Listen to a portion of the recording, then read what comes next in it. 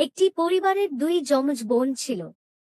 একবার তাদের জন্মদিনে তার মাসি শহর থেকে বড় বোনের জন্য কিছু রসালো আপেল নিয়ে আসলো।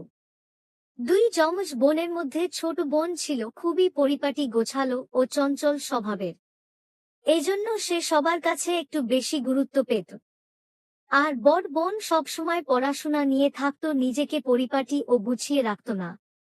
মানুষের সাথে তেমন মেলামেশা ও করত না, যে কারণে সে সবসময় তেমন গুরুত্ব পেত না। এমনকি তাদের জন্মদিনে ও সবাই ছোট বোনের প্রশংসা করছিল, যে কারণে বড় বোনের খুবই মন খারাপ হয়। তাই সে নিজের রুমে একা একা মন খারাপ করে বসেছিল।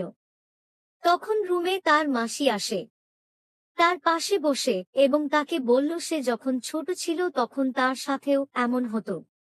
সে নীরব স্বভাবের ছিল, তাই তাকে কেউ ভালোবাসত না। তার ছোট বোনকে সবাই ভালোবাসত, এমনকি তার বাবাও তাকে তেমন ভালোবাসত না, গুরুত্ব দিত না। এসব কথা শুনে বড় বোনের আরো মন খারাপ হয়। এরপর যখন সে রাতে একা একা পড়াশোনা করছিল, তখন তার ছোট বোন তার কাছে আসে আর বলে জন্মদিনের জন্য তার পরীক্ষার পর্যাপ্ত পড়াশোনা করতে পারেনি, তাই তার বড় বোন কি তাকে পড়া সম্পূর্ণ করতে সাহায্য করবে। প্রথমে বড় বোন রাজি না হলেও পরে সে প্রায় 2 ঘন্টা পর্যন্ত তাকে পড়ায় এবং সব পড়া শেষ করতে সাহায্য করে।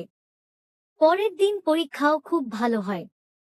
তখন তার ছোট বোন খুশি মনে বাড়িতে আসে আর তার মাকে বলছিল যে তার বড় বোন অনেক ভালো, যদি সে তাকে পড়তে সাহায্য না করত তবে সে এত ভালো ফলাফল করতে পারত না।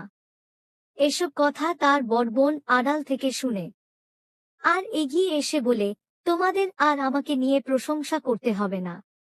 আমাকে কেউই মন থেকে ভালোবাসে না, সবাই তোমার ছোট মেয়েকে ভালোবাসে। তখন তার ছোট বোন এসব কথা শুনে তাকে বলে, তুমি এমনটা কেন ভাবছো? তোমাকে সবাই খুব ভালোবাসে। তুমি চকলেট কেক খেতে ভালোবাসো, এজন্য জন্মদিনে তোমার পছন্দের কেক বানিয়েছি। তুমি আপেল খেতে পছন্দ করো, এই জন্য মা মাসিকে দিয়ে কাল শহর থেকে তোমার জন্য রসালো আপেল আনিয়েছে। তোমাকে সবাই অনেক ভালোবাসে আর তুমিও অনেক ভালো। তখন তার বড় বোন ছোট বোনকে বলে যে তাহলে তোমাকে সবাই কেন সব সময় সুন্দর বলে?